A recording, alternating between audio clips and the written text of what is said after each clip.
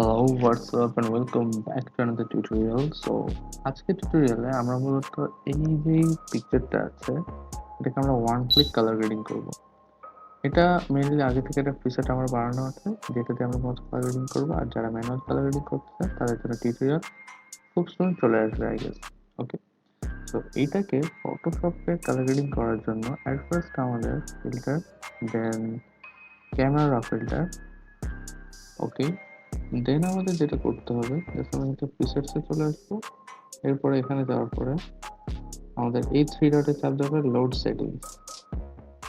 Load settings করার পরে আমরা আমাদের যেখানে এক্সএমপি ফাইলটা আছে, বাই দ্য ওয়ে এক্সএমপি ফাইলটার লিংক ডেসক্রিপশন বক্সে দেওয়া থাকবে, সেখান থেকে আপনারা ডাউনলোড করে নিতে পারেন।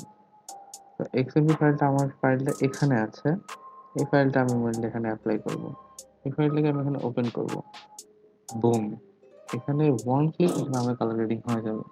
যেটা আমরা বেসিক অ্যাডজাস্টমেন্ট কিছুটা আমরা করে নিতে পারি যদি আমাদের দরকার হয়, এক্সপোজার বা কন্ট্রাস্ট এগুলো আমরা বেসিক অ্যাডজাস্ট করে নিতে পারি, বাট মেইন কালার ভাইবটা এর মাধ্যমে চলে আসবে।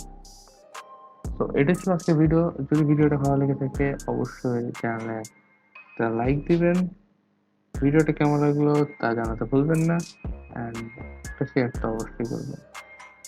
Till the next video, good bye.